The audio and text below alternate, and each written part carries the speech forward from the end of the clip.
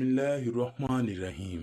حضرت آدم علیہ السلام کے بیٹے قابیل نے اپنے بھائی حابیل کو قتل کر دیا تو اللہ پاک نے اسے کوے کے ذریعے بھائی کی لاش دفنانے کا طریقہ بتایا، جس پر عمل کرتے ہوئے اس نے لاش دفنا دی۔ اب اسے اپنے والد کے غصے کا خوف تھا۔ اسی موقع پر شیطان نے قابیل کو گھر سے بھاگ جانے کی ترغیب دی، کیونکہ اسے یہ خوف لاحق تھا کہ اگر قابیل حضرت آدم کے پاس رہا تو کہیں توبہ استغفار کے بعد دوبارہ راہ حق پر نہ آ جائے۔ چنانچہ اس نے قابیل سے کہا، اب تجھے تیرے والد زندہ نہیں چھوڑیں گے، تجھے قتل کر ڈالیں گے، تو یہاں سے بھاگ جا۔ قابیل کو تو پہلے ہی اس بات کا خوف تھا، لہٰذا وہ یمن فرار ہو گیا، جہاں اس نے سکونت اختیار کی اور بعد ازاں اس نے شادیاں بھی کی، جن سے اولاد کثیر پیدا ہوئی۔ قابیل نے اپنے والد کے دین حق سے بغاوت کر کے پہلے آتش پرستی شروع کی، پھر شیطان نے اسے پتھر سے بت بنانے کا طریقہ سکھا دیا۔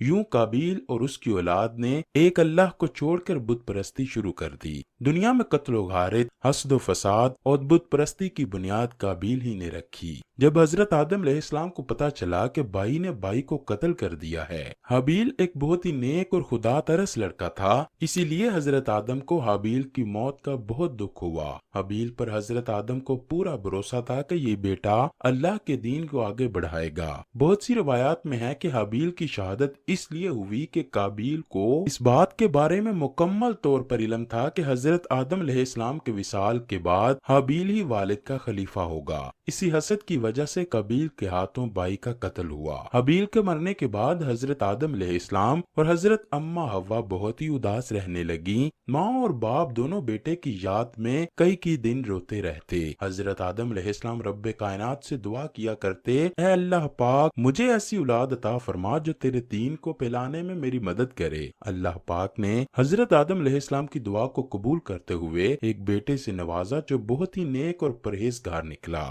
اس کا نام شیس علیہ السلام رکھا گیا۔ اس لڑکے کے جنم پر حضرت اماں حوا اور حضرت آدم علیہ السلام بہت خوش ہوئے۔ حضرت شیس علیہ السلام جب پیدا ہوئے تو حضرت آدم کی عمر 103 سال کے قریب تھی۔ شیس کے عربی زبان میں معنی عطیہ خداوندی کے ہیں کہ اللہ تعالیٰ کی طرف سے عطا کیا گیا خوبصورت تحفہ۔ حضرت شیس علیہ السلام شکل و صورت اور سیرت کے لحاظ سے اپنے باپ سے ملتے جلتے تھے۔ حضرت شیس علیہ السلام سے حضرت آدم علیہ السلام اور حضرت حوا علیہ السلام بہت ہی محبت کیا کرتے۔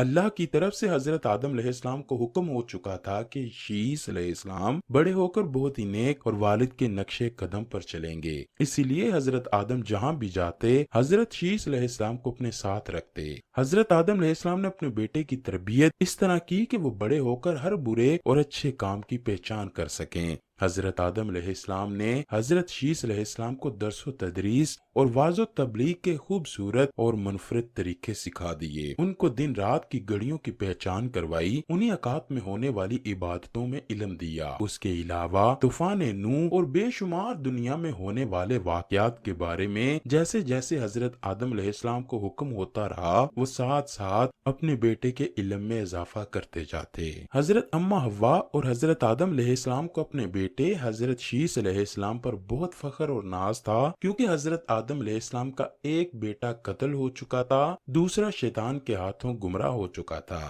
اس لیے اب حضرت آدم علیہ السلام کو حضرت شیس علیہ السلام پر ہی بہتری کی توقع تھی۔ جب خلافت کا وقت آیا تو حضرت شیس علیہ السلام کو حضرت آدم علیہ السلام نے اپنا خلیفہ بنایا۔ جب حضرت آدم علیہ السلام کی عمر 960 سال ہوئی تو آپ علیہ السلام کا انتقال ہوا۔ حضرت شیس علیہ السلام نے حضرت جبرائیل علیہ السلام کے بتائے ہوئے طریقے کے مطابق اپنے والد کی تدفین کی۔ حضرت آدم علیہ السلام کی وفات کے بعد حضرت شیس علیہ السلام کو اللہ پاک نے نبوت کے عظیم منصب سے فیضیاب فرمایا اور انہیں بے شمار اولاد سے نوازا۔ حضرت شیس علیہ السلام کی اولاد بہت زیادہ نیک اور اپنے والد کے ساتھ تبلیغ کرنے میں حامی و مددگار ثابت ہوئی۔ وہ ہر وقت اپنے والد کے ساتھ نیک کاموں میں مصروف رہتے۔ روایات میں آتا ہے کہ اللہ پاک نے اپنے تمام پیغمبروں پر 100 صحیفے اور 4 کتابیں نازل فرمائی تھیں، اور انہی 100 صحیفوں میں سے 50 صحیفے حضرت شیس علیہ السلام پر نازل کیے گئے تھے، کیونکہ قرآن پاک میں جن 25 انبیاء کا ذکر ملتا ہے ان میں حضرت شیس علیہ السلام کا نام شامل نہیں، لیکن حدیثوں میں ان کے نبی ہونے کے ساتھ ساتھ صحیفے نازل ہونے کا بھی ذکر ملتا ہے۔ حضرت شیس علیہ السلام نے ساری زندگی اللہ کی رضا حاصل کرنے کے لیے ہی بسر کر دی۔ عمر کے آخری حصے میں عمر زیادہ ہونے کی وجہ سے گوشہ نشین اختیار کی، لیکن آپ علیہ السلام کی اولاد آپ کے کام کو آگے بڑھاتی رہی۔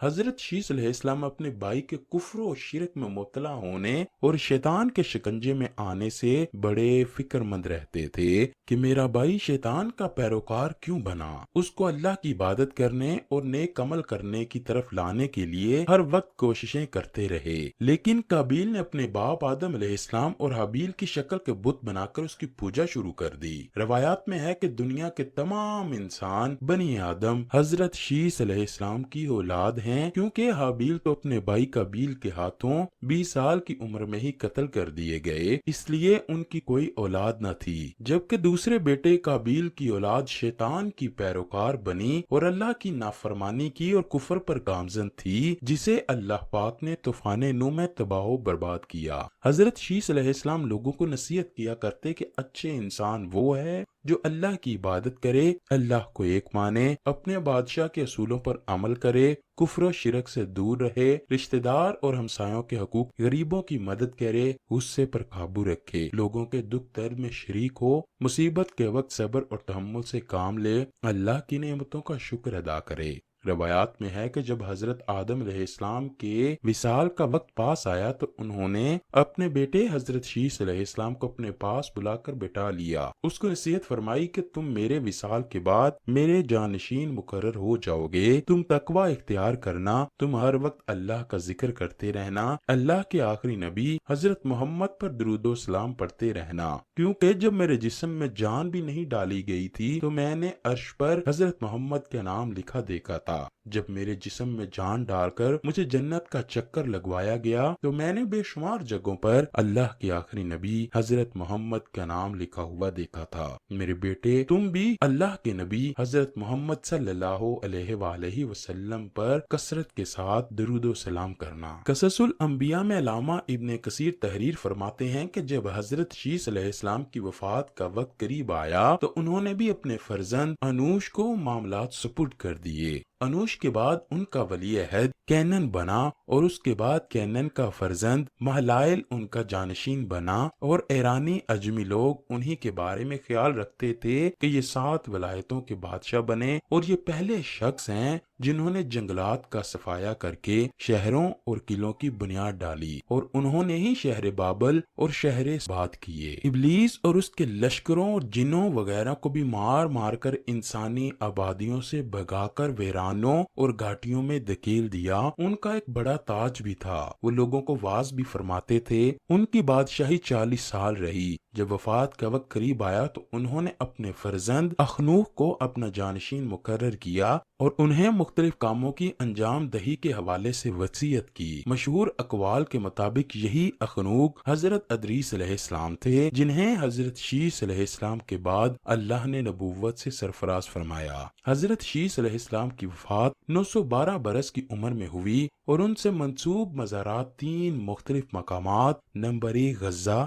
نمبر 2 عراق کے شہر موصل اور نمبر 3 ایودھیہ بھارت میں ہیں۔ انہی تینوں میں سے کسی میں حضرت شیس علیہ السلام مدفون ہیں، یہ اللہ ہی بہتر جانتا ہے۔